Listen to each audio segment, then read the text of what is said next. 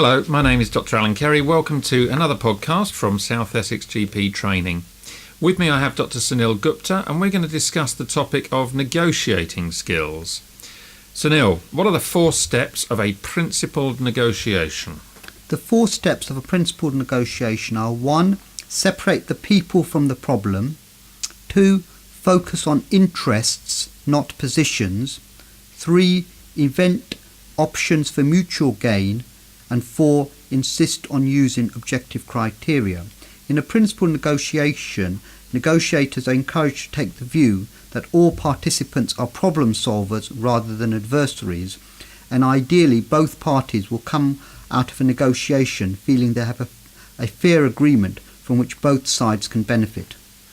Thank you. Can you say a few more words about those first 2 steps? You said we need to separate the people from the problem and focus on interests, not positions. So, step 1, separate the people from the problem.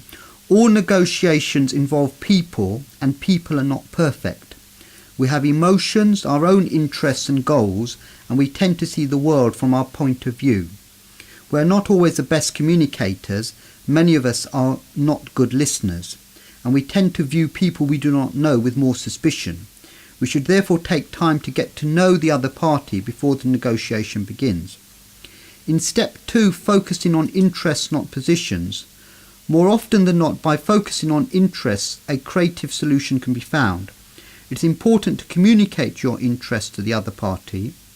Do not assume they have the same interests as you, or that they know what your interests are, and do not assume you know what interests the other party has.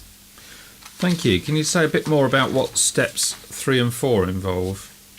So this model of principled negotiation is from Fisher and Urey from the book Getting to Yes, Negotiating Agreement Without Giving In. And their steps 3 and 4 are: steps 3, invent options for mutual gain. A common problem with many negotiations is that there are too few options to choose from, and little or no time is spent in creating options. So ways to try and invent options for mutual gains are things like separate inventing from deciding.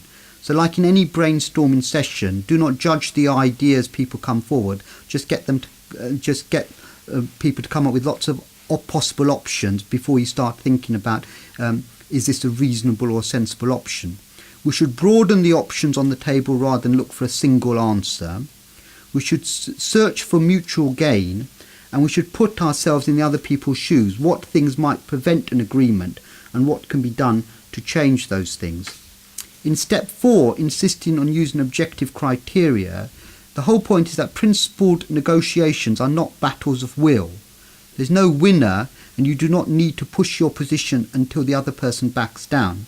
And by using objective criteria, that helps remove the emotion from the discussion and hopefully allow both parties to use reason and logic. And you may have to develop objective criteria, and there's a number of ways that can be done, from things like traditional practices to market value to what a court would decide. Once the objective criteria has been developed, they need to be discussed with the other side. You need to frame each issue as a joint search for objective criteria. We should use reason and be open to reason as to which standards are the most appropriate and how they should be applied, and we should never yield to pressure, only to principle. Thank you. What do Fisher and Urey say we should do if one party is more powerful than the other, particularly if the other party is more powerful than us? So to protect yourself, what they advise is that you should develop and know your BATNA, B-A-T-N-A, which is the best alternative to a negotiated agreement. Because the reason you negotiate is to produce something better than the results you can obtain without negotiating. So the result you can obtain without negotiating is your BATNA.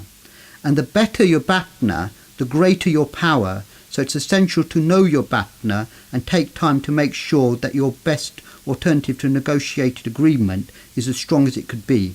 And by doing that, and the way you do that is you invent a list of actions you might take if no agreement is reached. You should improve some of the most promising ideas and convert them into practical alternatives, and select tentatively the one alternative that seems best. What other common challenges can occur in a negotiation, and how should we try to deal with them? Two other common challenges are the other party just will not play and the other party use dirty tricks. So in terms of the other party will not play, the way to look at it in a principal negotiation is you don't want to play games with the other party and you do not want them playing games with you. So there's three approaches to this situation. Number one, you concentrate on the merits. You talk about interests, options and criteria. Two, you focus on what the other party may do. Try and identify the other party's interests and the principles underlying their position. And three, consider bringing in a third party to assist if steps 1 and 2 are not successful. And in the situation where the other party uses dirty tricks, the process for dealing with this type of tactic is to follow the process for principal negotiations outlined already. Then if all else fails, turn to your best alternative to a negotiated agreement and walk out. That's very good. So just to remind ourselves then, the 4 steps of a principled negotiation are: separate the people from the problem, focus on interests, not positions, invent options for mutual gain, and insist on using objective criteria. Both Sunil and I would like to thank you for listening. We hope that you'll listen to some of the other podcasts from the South Essex GP Training website.